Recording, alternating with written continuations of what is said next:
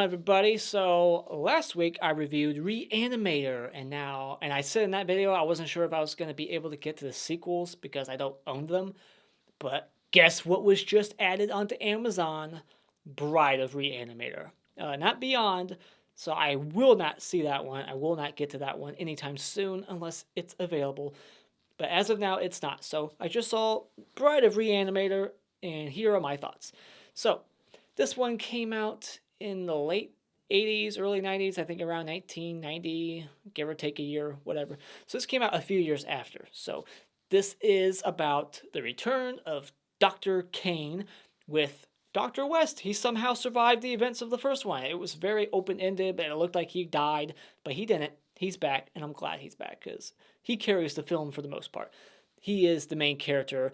And it's shocking that he was supposed to be like a side character in the first one. Like he had a smaller role originally, but then he stole the show and they gave him a bigger part in the first one because he's awesome. So yeah, he definitely carries this film too. He's the best character in all these movies so far. Um, I think he's in the third one. I would hope so because he's awesome. And again, like by the end of this one, it's kind of open ended. Is he dead? I don't know. He's like Kenny from South Park. Dr. West, he just keeps coming back. So this one is about Dr. Kane. He is still kind of mourning over the death of Megan. It's like 8 months later, and they're still at that school somehow, even though all the shit that happened at the end of the first one, him losing his uh, loan, him getting kicked out, then the person kicking him out getting killed. How are they not in prison? Are there no security cameras that caught them going to the morgue and causing all that shit to happen? Like, they should at the very least not be allowed back in that school. Just saying. How the hell are they still students there? But anyways, they're still there. They're still doing their thing in medical school. And Dr. Kane, he still is, that guy who cares about every patient. And if anybody dies, he just is emotionally devastated. But meanwhile, Dr. West is collecting parts for his Frankenstein. And he's going to help get Megan back for Kane. Even though watching the first one, I don't think West was a fan of Megan at all. He hated that she was a distraction to Kane. Like, come on, ignore your girlfriend. Work with me. We need to do this. And that happens in this one too. Like throughout the movie, you can just see the annoyance on West's face. Like, oh my god, her again? Really? Ignore your lovers. Hang out with me. Like you can see there's like jealousy with Dr. West and Kane. He hates that he's always getting laid and getting girlfriends, but he's helping him get his old girlfriend back. It just seems out of character. But whatever. So he's trying to get his bride of Frankenstein, the bride of Reanimator. So that's what's happening. The things that I liked about this movie are, of course, the practical work, the practical effects. This movie had NTB, I keep forgetting, K&B, yeah. Nicotero and Kurtzman and Berger or whatever. They're doing the effects for the bride and her falling apart at the end, like all that gore effects.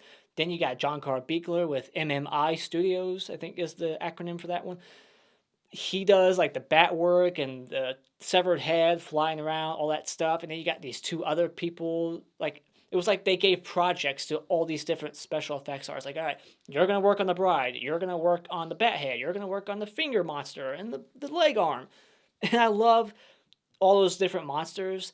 They don't get used that much, but they're just creative and funny at first. Like the leg arm that gets created, it's like cat dog, just an arm and leg connected. And then the finger monster, the stop motion. It ages the film a little bit. Some of the stop motion, you're like, that doesn't look that good. But at the time, I'm sure it was great. So I love all the practical work once again.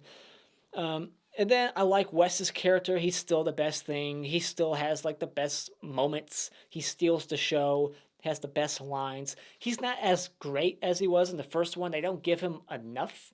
He doesn't have like that moment in the basement with the cat. There's no like great scene with him. Like there's good moments with West in here, but I feel like there's a lot of potential that was here, but they didn't utilize his character that well.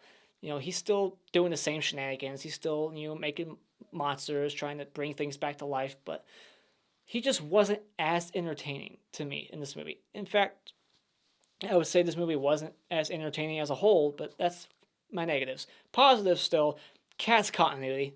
I'll say it once again. I love that we got the returning cast. You got Bruce Abbott, is that his name, who plays the main doctor. And then you got Jeffrey Combs playing Dr. West. You got the one guy who was the villain in the last movie, Dr. Hill. I believe that's him. It looked just like him. I would be fucking shocked if that wasn't. I didn't look it up, so I can't say this with 100% certainty, but that had to be the same severed head guy actor, right? It had to be. It had to be. So he's back. You got all these returning people, but Megan couldn't make it back. And you got some boobs in here, so that's a positive because I'm a guy. I like to see that. And that's about it, really. Mixed. The score from the first movie is brought back, and I love that sound. I love that it's basically Psycho ripped off. They got that same open, like, animation style, like, credits at the beginning. Love that. But they don't utilize the score nearly enough. Like, that sound that you heard throughout most of the first one, that score is just like in the opening credits, and they don't use it again after that. There's hardly any score or anything memorable after that. So I wish there was more of that first movie score throughout. As for my negatives, the audio for this transfer was fuzzy. Like when certain people were talking, you could hear like a hiss in the audio. And the pacing of the movie kept slowing down, especially with the cop. Whenever the cop, I don't believe he was a cop. For 1 second, I do not believe this guy was a cop. We never see him in a cop car. We never see him at like his office with other cops being acknowledged as a cop by other cops. He's waving that badge every scene he's in. Like, oh, look, I got my fake badge right here. He's fake, right? They don't ever say it. So this is my theory. He's a fake fucking cop who murdered his wife. So, yeah, this movie's not that funny either. Like, there's moments. Like, I could cherry pick, like, this scene's kind of wacky here, this scene's kind of wacky. But comparing it to the first one, this is a step down considerably. Like, it was nowhere near as, like, and even in the first one, I was like, this movie was funny, but it wasn't that funny. Like, I was even saying the first one wasn't that funny, but going from that one to this one, looking back, I'm like, shit, yeah, that one was pretty funny. Because this one, just for me personally, I think it's just me. I'm harder to crack. I'm harder to, like, make laugh. I just, for some reason, I wish I was easy to please and crack up, but I'm just not. So I wasn't really chuckling that often during this movie. So that was disappointing because, like I said, like the first one wasn't that funny, but now watching this one was way less funny. It was wacky, but it doesn't go for it like the first one. This one doesn't, have that severed head rape scene. This one doesn't go for it. It just tries to get a little wacky with some of the, Frankenstein monsters, the leg arm, the 5-finger eyeball hand, and the flying head bat. It almost pulls like a Gremlins 2, where the Gremlins, they just get wackier. And the spider gremlin. But yeah, just the pace with the lieutenant, the cop, I just didn't like his character at all. He's not fit to be a cop, that's for sure. So he looked like he should be retired too. He's very old. I didn't like his character. I didn't like his acting. I didn't like the pace that he brought to the film. Just not a fan of him, personally. Kane. Okay, the main character, Kane. Is he crazy or what? I feel like they were just like, all right, he's normal. He's still that guy in the first one. And then all of a sudden, he's just crazy. He's like, look, it's Megan. It's like, no, it's a freaking monster with Megan's heart. And then he just quickly changed. I feel like this whole movie should have been, they built the bride in like the first act. And then they realize their mistake. And then the bride escapes and it's causing havoc and they have to go put a stop to it. Something like that. I think that would have made a more fun film. Kane realizing his mistake from the end of the first one and then having to correct that throughout the film. And everything that gets done, people dying because of the bride, the Frankenstein monster, is his fault. And that has an impact on him, but we don't get that. Like, this movie doesn't pick up right after the first one, and we don't see, the bride, like, him plunging it into Barbara Crampton and her coming back to life. We don't get to see that. We don't actually get to see what happened when the screen went black. So, I think they just couldn't get Barbara Crampton back, honestly. Maybe that was it, so that was a shame, too. We couldn't get her back for continuity. And so they had to like write like, oh well, this patient kind of looks like Barbara Crampton, so he sees Meg in her. And then they want to put the heart, like the heart thing makes no sense. Like if I put this heart in this monster, it's gonna be Meg. Like no, it's just because it has her heart doesn't mean it's gonna have her memories of you and the love for you. That just doesn't make sense to me. And even when they bring back the bride, like when she's created towards the end, she doesn't look at Kane like Megan would. I don't think she is Megan at the end ever. Really, I could be wrong, but I don't think that was Megan. So Dr. Hill in this movie is completely useless to the plot. I think he is just background noise. He is like the subplot of the film. I literally forgot he was in the movie. Like when his head is first introduced and Dr. West is talking shit to it, which is like one of the best scenes in the movie. Because I love Dr. West in that scene and what he's saying to the head. After that moment, I completely forgot Dr. Hill, his head, was in the movie. Like 40 minutes goes by. I feel like it's forever. And then he pops back up and he's somehow, I guess, hypnotizing Dr. Graves to do his dirty work or whatever. That's poor usage of a character where you're like, oh yeah, that character from the first one. Completely forgot he was here. And the ending I thought was kind of lame and a bit abrupt. Like, it's abrupt because they finally get the bride alive. And then they quickly are like, oh shit, what do we do? All right, let's end it, kill her.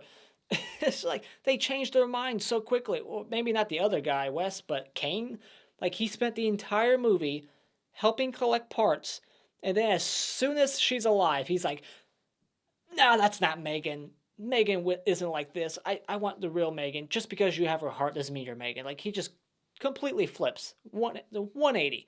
He goes from, look, it's Meg to, oh, wait, no, it's not Meg. Never mind. What do? We need to end it. It's just lazy writing. Like, it was so quick. There is no quick, like, there's no slow arc to that. It's just like crazy, and then, oh shit, what have I done?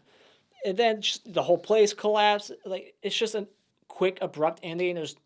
The climax is nowhere near as fun and, gory or, filled with tons of cool effects like cow intestines or whatnot, like the first one. It's just a quick shot of like a floating head bat and then 3 insane escaped mental patients attacking, and then it's over. It was just a very abrupt, like, oh, it's over. Like, I was literally shocked. When the credits rolled, I was like, oh, it's already over? Shit. So it was just a letdown. Overall, I know I've talked way longer than I should have for the non-spoiler section, even though I've spoiled some shit. But it's such an old movie. And I feel like if you're watching this, you've seen it. So, yeah, final thoughts. I was underwhelmed, to say the least, with, the craziness of the film. It didn't get as crazy as I wanted it to. The monsters in the movie are wacky, but they don't do much. And there's not hardly any kills. I think one person really dies, the cop. And that's it, really. I mean, a patient dies at the hospital, but does that count? Like, that's not on-screen murder or anything. Like, you know what I mean? So there's some cool effects here and there. You got the K and B work, or whatever their acronym is. And then you got Beakler effects. All that stuff looks good. You got some cast continuity. It's a decent watch overall, but I can't see myself visiting it again very soon ever. Whereas I can see myself watching Reanimator again because it's a very quick-paced, fun, practical effects filled film with just all kinds of crazy moments in it. It's way funner than this. So when it comes to Bride of Reanimator, I would say if you like the first one, lower your expectations and maybe just check this one out at Redbox. So the hottest chick in this movie will be Francesca. I think that's her name. The chick that they found in Peru. And the best scene in this movie is the arm leg. When he's making the arm leg and it just kicks him in the face. That was the one moment that actually made me laugh out loud. So that's why I wrote it down. It's like, all right, finally, the movie made me laugh. So it's worth noting, right? He makes the arm and leg, puts that reagent. I like that it's still the same reagent, continuity there. The whole glow stick juice looks cool. Puts it on it, leg, kicks him right in the face. So we open up in Peru. You got they're in Peru doing what? Bringing back, so like this could have been Overlord. That could have been the movie. They're in Peru. They're bringing back dead soldiers like Overlord. That could have been your film right there. But they're not using that reagent in that scene, I don't think. So they're doing what? Getting practice on bodies or whatnot. But then they go back to America, same school, same state, same everything. 8 months later, he's still, sad about Meg and whatnot. Dr. West is in like the freezer talking shit to the head, like, oh, look, it's you. Like, now you're just a head. I forget what he said. I didn't write it down, but it was just a hilarious scene. So, yeah, they're allowed back in school. I have that written down. It's like, seriously, they're back in school, that same school? Like, they didn't get blamed for anything? Like, I thought they were both kicked out before the end of that film, but now they're just right back in. I like that Dr. West creates a heart attack rag, and he makes, like, a lizard have a heart attack, and then he uses that on the cop to knock his ass out. So once again, 2 movies in a row, Dr. West has to murder somebody. He's the villain, really, Dr. West. And then you get the finger eye monster. I mentioned that. You got 5 fingers and an eyeball, and it's like crawling around, and then the cop accidentally squishes it. So it does nothing. It's just like going around. It's just for a comedic scene, I guess, where they're trying to get the monster without like the cop realizing it. That's a scene in a lot of movies. Dr. West has Meg's heart, and Kane wasn't aware of this. So Kane, taking that into consideration, Kane never had any intentions to ever bring back Meg. Like, I guess he did try at the end of the first one and failed. I guess they killed her immediately. But then Dr. West has her heart. So now he's convinced Kane, like, I can bring back your girlfriend. I got her heart. Let's try it again. So, I don't know. It's like, why? There's lots of times in the movie I'm just asking why. Like, why are you doing this? Why are you trying to bring back Meg? Didn't you try and fail at the very end of the first one? Can't you just let it go? Don't you know that they come back fucked up? It's not going to work. And why is he making this leg arm monster? Why is he making the finger monster? He's just having fun, I guess. He's just creating all kinds of dumb shit. And then we find out that the cop has a wife, and you think at first, like, oh, that's his motivation. Like, his wife got killed at the end of the first one somehow. She was in the hospital, and now she's brought back, and she's all fucked up, and he wants answers, damn it. So, but then you find out that from Dr. West that he pushed her downstairs and killed her, I guess. So he killed his wife, and now he's pissed off that she's back. Like, damn it, I killed her, and now you motherfuckers brought her back. So now I have to, like, find out who, how, why, and put a stop to it so she can't come back again. So the cop gets killed, he gets his arm chopped off, and I like that the dog gets killed. So he takes the dog, swings it at the wall, rips the dog's arm off as he's like throwing it. It kind of reminded me of like Friday the 13th Part 6 when Jason takes that, misogynist machete guy in the woods, throws him up against a tree and realizes he took his arm off, just like that scene. Takes the dog's arm off, tries to leave, but realizes he still has the arm in his leg, drops it. And then the dog gets the cop's arm. So that's just funny when the Peru chick or whatever ethnicity shit. Where is she from? She doesn't look Peruvian, but she has an accent. But Francesca, whatever, she sees her dog with the arm and like waves at her with the cop's arm. And then like Dr. Hill, he's like hypnotizing this Dr. Graves to go do something. I forget. Like, it's forgettable. That whole subplot is basically not needed. Like, you could just have the cop come back and then he's the main villain from the grave, just him. I feel like all this Dr. Hill stuff is just unnecessary. It doesn't feel like it fits in the story. It doesn't need to be here. I'm sure I'm alone on that. I don't know. And then Dr. Hill can control these mental patients in some asylum far away were they survivors of the events of Part 1? Because they don't look like the monsters that we saw at the end of Part 1. So explain that to me. Explain how he's controlling these mental patients that he's never even seen before. So, yeah, we find out that West is taking body parts and Kane's helping him out. Like, he's pushing that chick out the front door. She falls over, her glasses fall out. Like, I feel like they should have been busted in that scene. There's no way they got away with that. And so yeah, Dr. Kane, he's doing all this work to bring back Megan. And then when they do, it's just like quickly like, oh, never mind. I don't want Megan back. Whatever. And then I like when so he brings back Megan and she's like, they pump her with that reagent, and then like a couple minutes goes by, she's alive, but he starts doing like mouth to mouth on her. Is that necessary? I don't think so.